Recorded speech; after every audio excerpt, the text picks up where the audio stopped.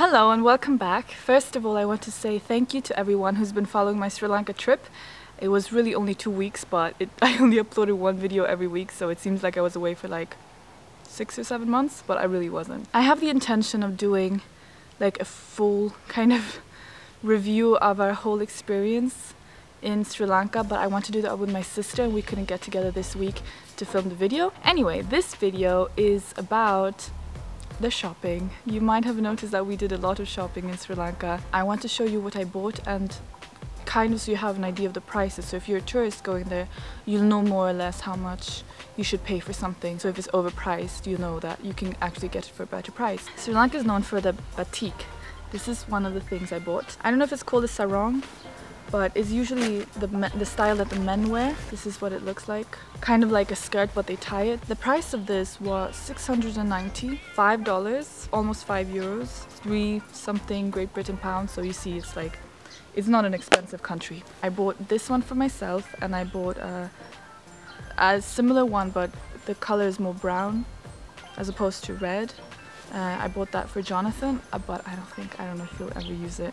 This is the same thing but with a bunch of different colors. It's also a sarong, and this is like it looks feminine, but this is what men wear. Pink, blue, like all these different colors. A red one, elephant, a blue one. This is like a very touristy type of thing. A few hundred. This is one of the ones that I actually wore when I was there. It's a silk sari, it's very thin. I think this was around 2,000 something. I think you could get saris from about 2,000 and then it goes up. Like if it's a nice looking one, it could be 4,000, 5,000 depending on how elaborate it is. Just the cloth. You get the cloth and then you have to go to a seamstress, or you can sew it yourself. Get it properly. I haven't done it with this one. Get it properly sewn because you can't just wear it like this. You have to fix it. This is another really beautiful one that I love. 6,000 rupees I think, which is expensive compared to the other ones I bought, but it's like if you think of all the fabric that this is a little bit more like advanced or whatever. The light purple color, it's very thin, and at the bottom and at the sides it has this yellow fabric and golden little glitter things. I don't know what it's called in English. I really hope I get an opportunity to wear this because it's so beautiful. When you buy it, it usually has a part at the end which is meant for the blouse, because the way you wear sari is that you have an underskirt and then you have a blouse, and then on top of that you wear the long fabric. I had to buy another fabric which is just like normal cotton.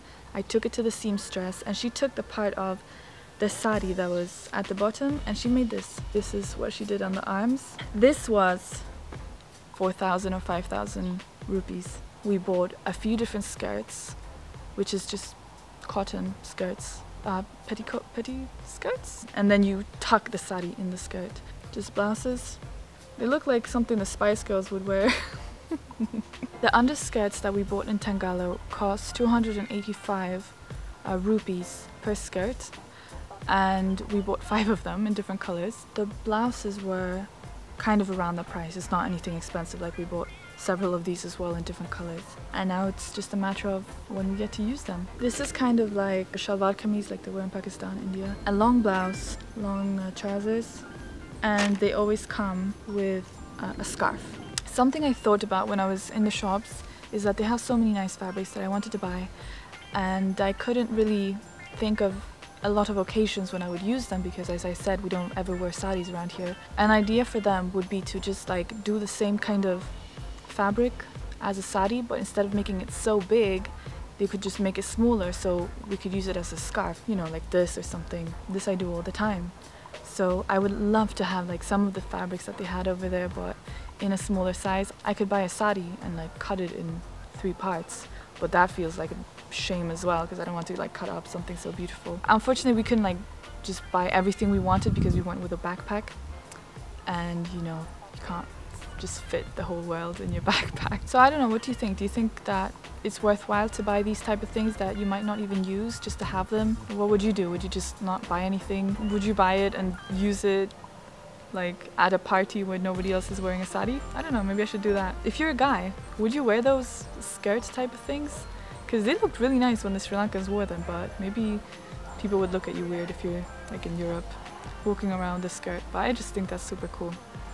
Let me know if you have any questions. Let me know if you have any suggestions. Stay tuned for my USA videos, probably be next week or the next one. I try to upload always one video every week. Subscribe if you like travel videos, and I'll come back next week with something new. Bye!